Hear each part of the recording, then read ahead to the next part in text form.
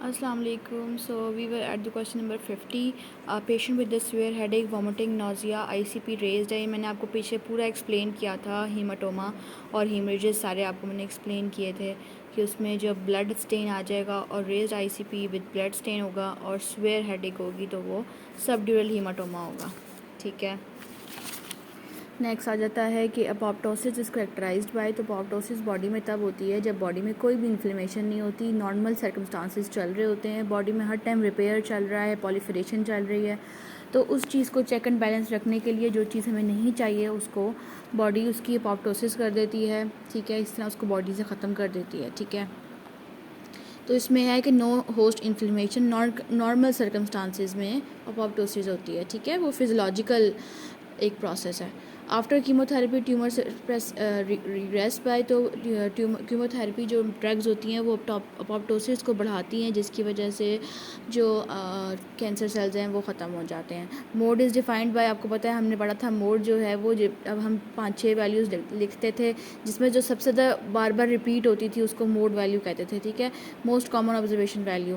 Vitamin D is assessed by. तो vitamin D की जो अगर आपने प्रो हार्मोन चेक करना है तो 25 हाइड्रोक्सी कैल्सिफेरॉल है, और अगर उसका फंक्शन चेक करना होता है तो उसके लिए 125 होता है. ज़्यादातर नॉर्मली हम जो लैब्स में चेक करते हैं वो ए चेक करते हैं, 25 hydroxy calciferol. Drugs with short life. Drug with short life का मतलब है कि वो अपनी जल्दी स्टडी लाइफ पे स्टडी स्टेट में आ जाएगा और उसके बाद फिर ख़त्म हो जाएगा. ठीक है, तो इसलिए इसका मतलब है कि उसको दोबारा देना पड़ेगा. तो reach the study concentration quickly. ठीक है, इसमें से और बाकी तो कोई बन ही नहीं रही कि are freely filter through, are have low therapeutic index, has low volume. इसमें से कोई बन नहीं रहा. ठीक है, अपनी वैल्यू पे ज़्यादा जल्दी रीच कर देगी. ठीक है, शॉर्ट हाफ लाइफ का ये मतलब है.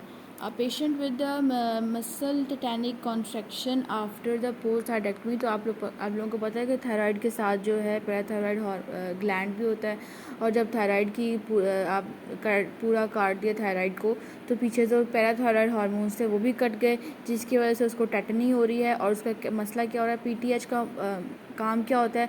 PTH आपकी बॉडी में कैल्शियम को बढ़ाता है और फॉस्फेट को कम करता है, मतलब फॉस्फेट की यूरिनरी एक्सक्रीशन करता है और सीरम लेवल्स में कैल्शियम को बढ़ाता है. तो जब PTH को आप काट दोगे तो फिर कैल्शियम डिक्रीज़ हो जाएगा और हाई फॉस्फेट हो जाएगा. IgE release form. तो ये हमने पढ़ा था कि IgE जो है वो मास सेल्स पे होती है और बेजोफिल्स पे. ठीक है, finger cut. Which of the following is initial mediator in the inflammation. तो अगर आप किसी की उंगली काटेंगे तो सबसे पहले हिस्टामीन आएगा जो cell mediated inflammatory response show करता है, सेल मेडिएटेड. ठीक है, तो हिस्टामीन आएगा, फिर हिस्टामीन जब आ जाएगा तो फिर हिस्टामीन बाकी आके जब अपने एक्शन बढ़ाएगा जैसे कि अपनी इन्फ्लेमेटरी प्रोसेसेस जब करेगा तो जिसकी वजह से ब्रेडिकाइनिन, प्रोस्टासाइक्लिन, मैक्रोफेजिस, प्रोस्टाग्लैंडिन उसके बाद आते हैं. ठीक है, जब ये इंटरल्यूकिन्स बढ़ जाते हैं जैसे कि इंटरल्यूकिन 6 जो है वो हमने पढ़ा था कि इन्फ्लेमेशन में बढ़ जाता है, तो फिर बाकी 7 ब्रेडिकाइनिन, प्रोस्टाग्लैंडिन ये सब बाद में आ जाते हैं. ठीक है, प्लाज्मा में. Renal artery entry eight. तो ये एब्डोमिनल अयोटा की स्ट्रक्चर हमें बहुत अच्छे से याद होना चाहिए, स्पेशली गायनी के लोगों को, कि एब्डोमिनल अयोटा का एक एक चीज़ कौन सी कहाँ से निकल रही है. तो रीनल आर्टरी जो है वो L1 L2 से निकलती है. ठीक है, उसके बाद female has a problem of nipple discharge, lymphatic drainage of nipple is from which nodes. तो हमने पढ़ा था कि जो निपल है वो ऐसे एक ट्रायंगुलर शेप बनती है ऐसे. ठीक है, तो जो इसके इंटीरियर वाले होते हैं जो आप कह सकते हैं मीडियली जो होते हैं वो इंटरनल थोरेसिक करता है, जो लेटरली वाले होते हैं मतलब निप्पल से लेके लेटरल तक जो है वो जाते हैं एक्सिलरी में. ठीक है, एंटीरियर एक्सिलरी में, फिर एंटीरियर एक्सिलरी से फिर ये एपिकल में जाते हैं. ठीक है, उसके बाद आता है bladder empty in which bladder supply in which ligament. तो जो ब्लैडर की सप्लाई होती है ना वो डॉर्सल लेटरल जो लेगामेंट जा रहे होते हैं उनमें इसकी ब्लड सप्लाई जो है वो लेगामेंट्स, इसके लेगामेंट में डॉर्सल लेटरल लेगामेंट में इसकी ब्लड सप्लाई होती है. ठीक है, ब्लड वेसल्स गुजर रही होती हैं. सुपीरियर मेजेंटेरिक और इन्फीरियर मेजेंटेरिक एनास्टोमोसिस, तो हमने लार्ज इंटेस्टाइन और स्मॉल इंटेस्टाइन में हमने पढ़ा था कि जब लार्ज इंटेस्टाइन में कि जो सुपीरियर मेजेंटेरिक और इन्फीरियर मेजेंटेरिक है, ये आपस में दोनों एनास्टोमोस करते हैं और एनास्टोमोस करके मार्जिनल आर्टरी जो है निकलती हैं इनकी, जिससे वो एनास्टोमोस करते हैं। इसकी बहुत खूबसूरत पिक्चर है, मैं आपको शेयर करूँगी। इन न्यूनेट द स्पाइनल कॉर्ड अच्छा, जो आपने याद ऐसे करना है कि बच्चे छोटे होते हैं तो उनकी स्पाइनल कॉर्ड नीचे होती है, और बड़े बड़े थोड़े जब एडल्ट बन जाते हैं तो फिर बड़ों में स्पाइनल कॉर्ड थोड़ी ऊपर चली जाती है। तो स्पाइनल कॉर्ड बड़ों में L1 पे होती है और न्यूनेट्स में L2 पे।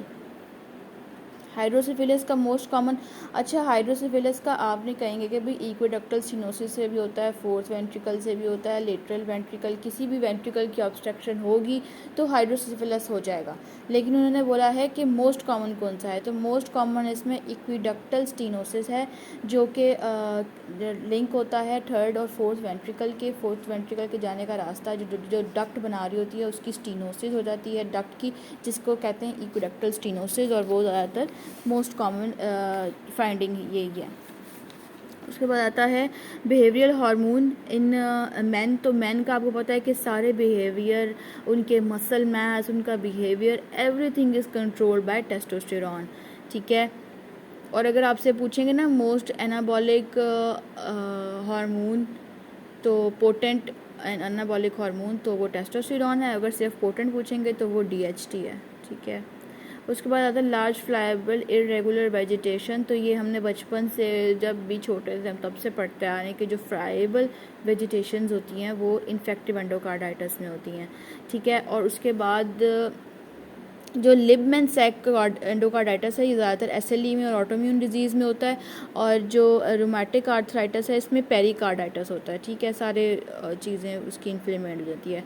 अब इसमें इन्होंने थोड़ी इन्फॉर्मेशन बताई है कि स्मॉल वेजिटेशन आपको मिलेंगी नॉन बैक्टीरियल थ्रोम्बोटिक एंडोकार्डाइटिस में मिलेंगी आपको, ठीक है, जो उसमें स्मॉल होंगी, और लार्ज में इन्फेक्टिव एंडोकार्डाइटिस होगा, ठीक है, और फ्लैट टाइप होंगी लिबमैन सैक एंडोकार्डाइटिस में, ठीक है। Heart failure found in the which condition, तो हार्ट फेलियर जब क्रॉनिक पैसिव कंजेशन हो जाती है, पैसिव कंजेशन क्रॉनिक चल रही है, पैसिव कंजेशन चल रही, कंजेशन मतलब कि बॉडी अपनी सही से रिस्पांस नहीं दे पा रही, कंजेशन है, उसकी ब्लड वेसल जो है उसमें ब्लड फ्लो सही से नहीं हो रहा, कंजेशन हुई हुई है किसी भी जगह पे, तो वो आहिस्ता आहिस्ता बियर करते करते बाद में एंड प्रोडक्ट क्या निकलेगा, हार्ट फेलियर का। Aortic valves open from which ventricle, left ventricle is above at, अच्छा तो एओर्टा का जो एओर्टा कब खुलती है, जब 80 mmHg होता है वेंट्रिकल्स का, लेफ्ट वेंट्रिकल का प्रेशर, ठीक है, और राइट वेंट्रिकल का जब 25 mmHg होता है, ठीक है। अभी जैसे उन्होंने बता दिया कि भाई जब राइट वेंट्रिकल का सिस्टली में 25 होता है और right ventricle pressure in diastole 0 होता है, right ventricle pressure at which the pulmonary vein valve open, pulmonary 8 पे खुलता है